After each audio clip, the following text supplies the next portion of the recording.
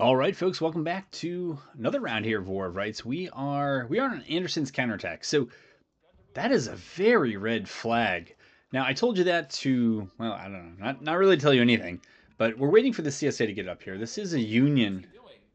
Well, I can't tell you, but I do know.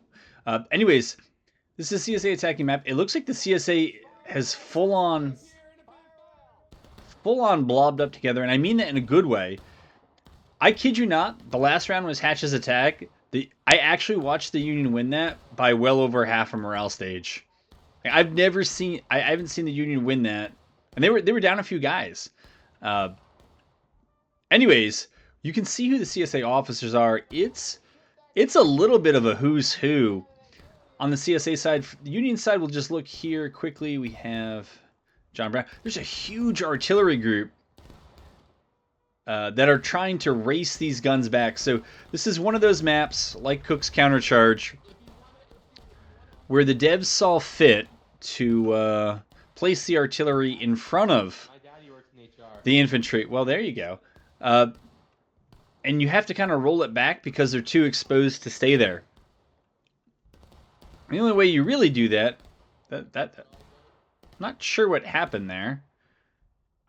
But anyways, the rest of the Union officers. Oh, we did start at the top. So we should have just about all of them unmuted. Oh, the Union's up there. We were already with the CSA. We already know who their officers are, but you can tell that is decoys. I don't know, how many guns did they get back? My eyes have got to be deceiving me. There's no way that they're rolling them forward.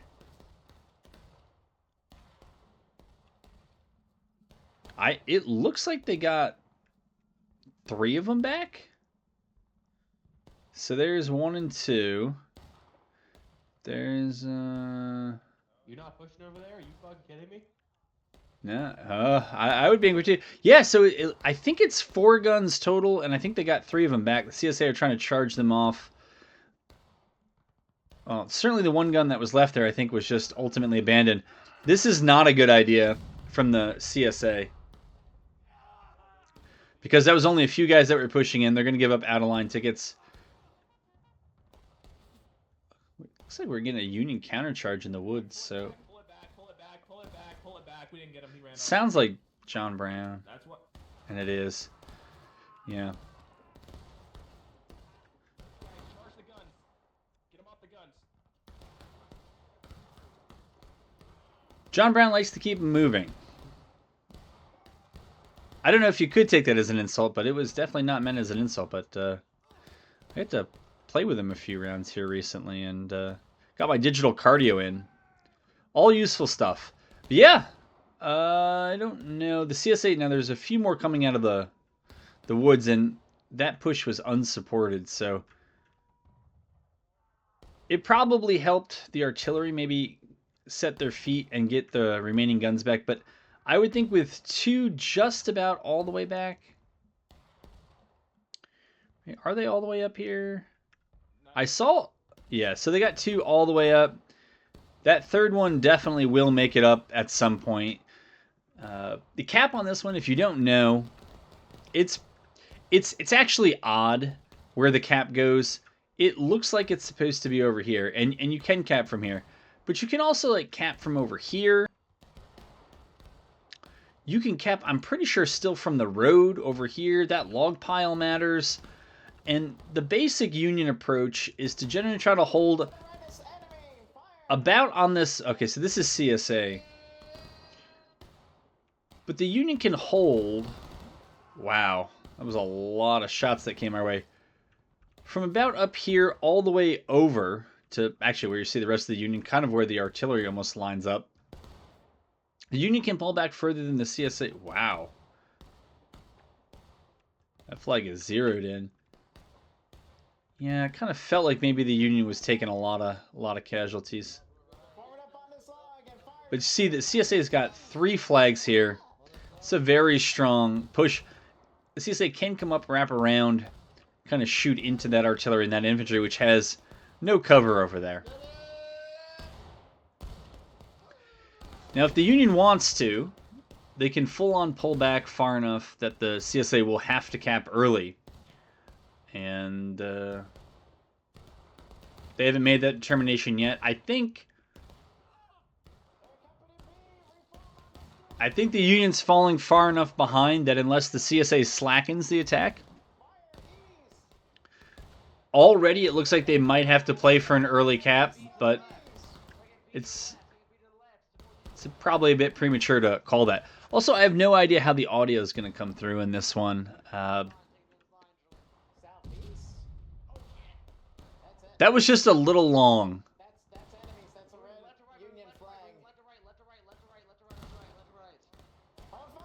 This is one of the fun things here about these wooded maps is that you can't see anything. You can't see anything in first person. You can't see anything in, you know, disembodied voice person.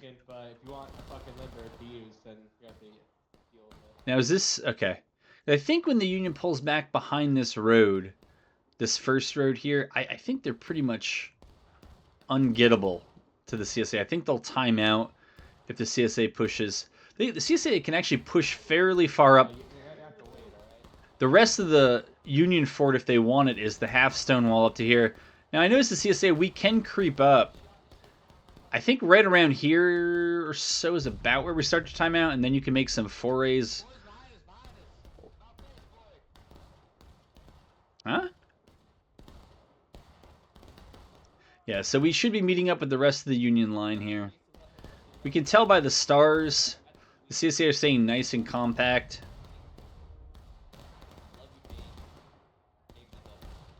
That's the Union already going down to engaged. Almost a half morale stage behind the attackers.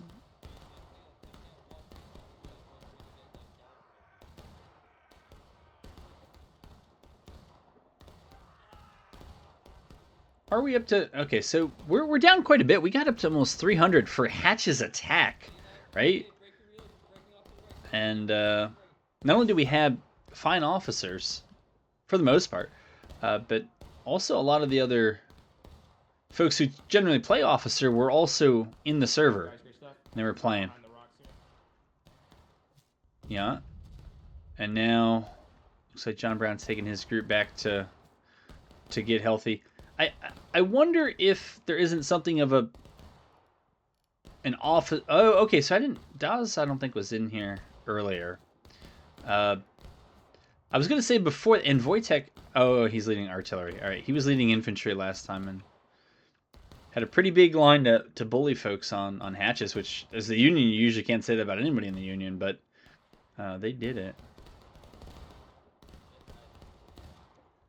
Well, I was going to say before I saw the update that maybe the CSA had 4 solid officers across, and I was only sure about 1, maybe 2 of the Union ones, and I'm definitely sure of 2 of the Union ones that are leading infantry companies. I just don't know. I don't know everybody, so.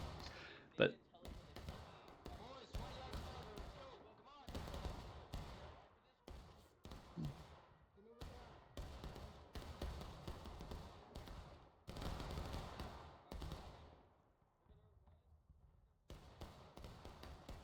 was that Daz's group? Yeah, okay.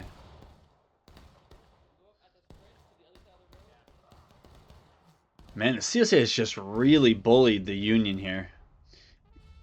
Alright, and the CSA does not want to waste time messing around. For the Union, that was kind of a godsend, but you could see just how much... I don't know that the CSA had to do that. I mean, they had still pushed the Union almost halfway through engage in the course of losing a quarter of battle ready. But it's fine. Maybe they just feel like they can bully the Union on this one, and they're just going to hold it for the counterattack. But yeah, on this map and the way it's being played, it's a little hard to track this. But just know that most of that smoke in there, other than the guys who are right in front of us, are CSA down here. We'll go on board with them. Because now they really are the de facto defenders. And yeah, I'm wondering if that's Daz taking his group around, and the idea is that they're going to come and they're going to try to cap from the backside. And, you know, the Union do have guys in artillery, and because the CSA, maybe being good sports, didn't shut down the artillery spawn by being down here, or maybe they were trying to farm the Union arty guys, so you get off of spawning, you just let them come in. But Union's going to try to come back here and try to decap the point this way. Certainly if it worked, it would have been great, but it did not fool Pie Man at all. Now whether they're able to beat him, we will see. And this is another one of those maps where if you don't know what you're doing in artillery, unless you've been told by like the folks that you're supposed to spawn in battery, you should be spawning main on these and then just running up to the guns, which by the way are up there. It might be a little bit further, but it's protected because Union spawn is back that way. Alright, so I think... Oh, okay, so this was John Brown's group, not Dawes' group. But, yet again, proves my point, right? Always on the move. They've tied down Pie Man's group, but Pie Man's group has the advantage of being in the defensive position. Excuse me.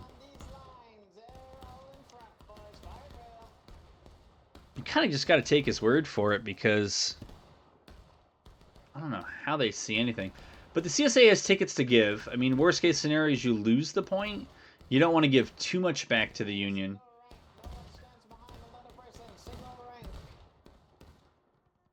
Well, and you see the CSA, the other two companies have pushed up far on the right there and kind of pinned themselves against the edge of the map. Alright, so Decoy is going to take him right. Is there... you could tell by the slackening fire that somebody was moving.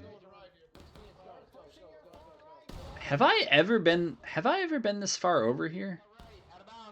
Okay, well, I wasn't over here for long.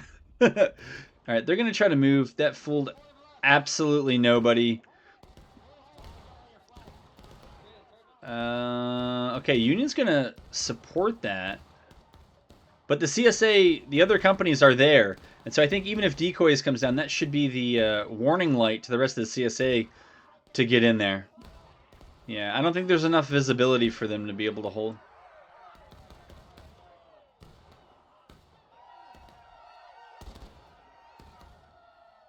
And Sean's here with a pistol. Doing pistol things.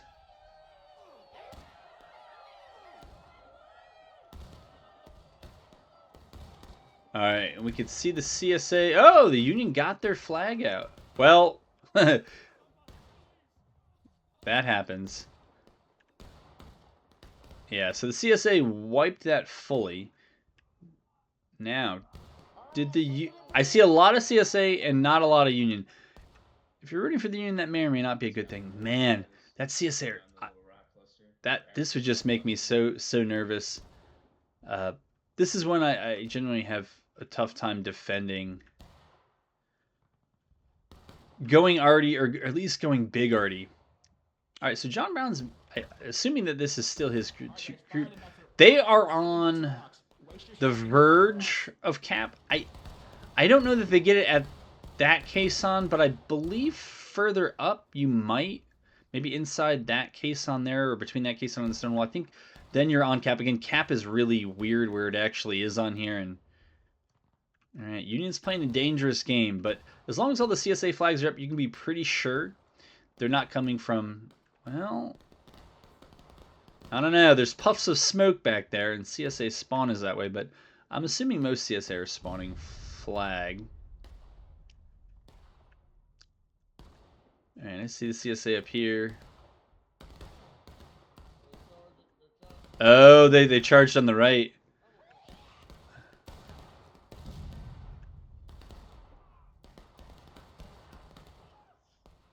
Are we up against the edge of the map?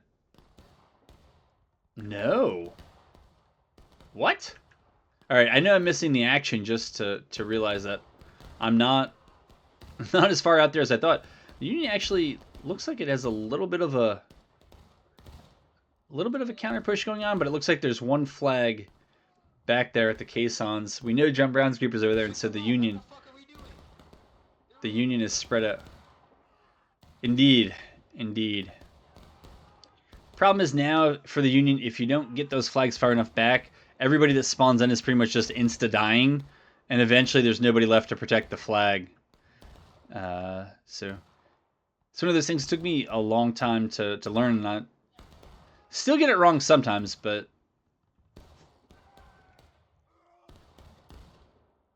it's an observation I'll pass on to others. As with so many things, yeah, I just don't know. Like, whatever... What?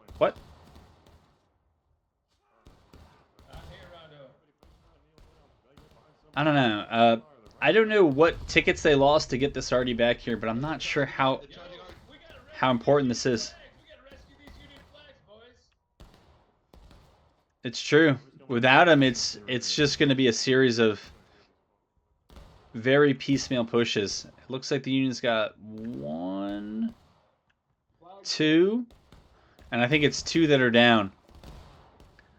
And the problem is, with less than 5 minutes left, if you don't get them back, those 2 companies are, alright, basically useless. So they got a 3rd flag back. CSA know that they have tickets to spend. So, you know, going out and dying out of formation just to peel more Union casualties is not terrible. Union's about to go into breaking. Lucky for them, they're counterattacking. While CSA is still sitting halfway through engaged. Honestly, if the Union recap this second, they still wouldn't be in a very good position. I don't know how... I don't recall how frequently Buck and Ball is here for the CSA, but I know it is here. Poor Dawes. I know he'll come back on flag. That's one of the... That was a very spread out charge, right? You can see the CSA, right? And so when you charge across the front, it allows all those CSA to just independent fire you down, rather than maybe getting a column and just hitting, say, one side, and then working with each other to go down the line, and then force the line to come to you or stand there and do nothing. It's an authentic Civil War quote, actually. I bet this was a Pieman's group before. Yeah, okay, it's Pieman's group still. Yeah. But I believe the CSA has some buck and ball options. And so when you're up in the woods like this, and you got big numbers, right? So we've crawled up to 265. It's okay. For the Union, right? This is not your fight. For the Union, it's you got to stay in the woods and you got to force the CSA. They do have buck and ball to come through that open field, and that's where your advantage is. That's where having maybe 3 cannons back here makes sense. But the Union had 20 in arty before, and that means you're going to lose every shootout where the artillery can't help you, and you're going to lose every melee.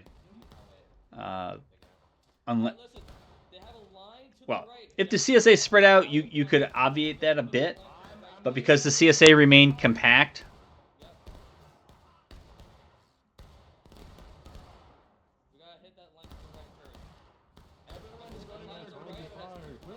well, yeah, at this point, you might as well just be cycle charging. I mean, all right, so I think Sean will already kind of smells what's up, which is that the Union are trying to get big and healthy. Pieman's group, yeah, it's here, but it's not going to be able to hold back probably 3 companies. And so now with the 2nd company, it's going to be a much bigger speed bump. The Union's going to have to roll over to get to point. All right, and some of the CSA are hanging out near Union already, maybe farming them as they come in. But I've watched this one for the Union a few times where, you know, it's a team loss. But for all intents and purposes, people needed to realize when they need to get off arty. This is as someone who played arty for years. But you did have to learn when it just wasn't going to work, and when to join the line or just sign off for the night, because you're doing more harm to your team. All right, so yeah, the Union made the push. It's I think the straightest line they had, where the CSA wouldn't be on both their sides. The Union looks like they're gonna maybe make it through the first group.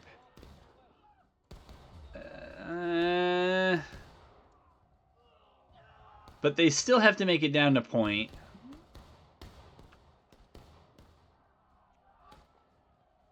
CSA got their flags out, so they're coming back.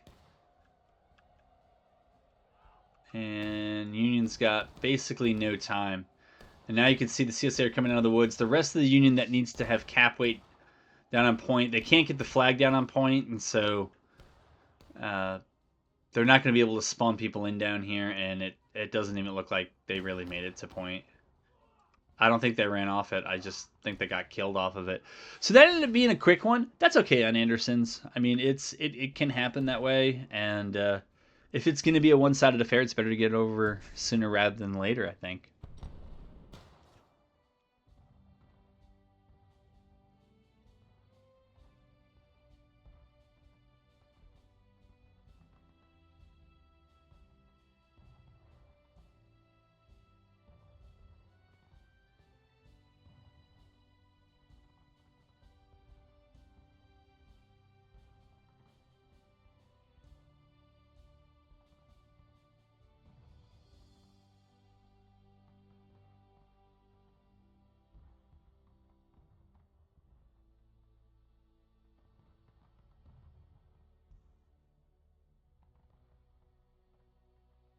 Yeah, I think that's probably the effect of Buck and Ball, but it's just even going into the counterattack, it was way too many out of lines, way too many total casualties. But the CSA stuck together. They relied on the 42s they did have. They weren't dying out of line trying to wheel back artillery that is basically useless against a fight in the woods. And so that was just a much better team job there by the CSA. But yeah, it was an interesting one. All right, folks, I had fun. Hope you enjoyed it, and hope to have you back for the next one.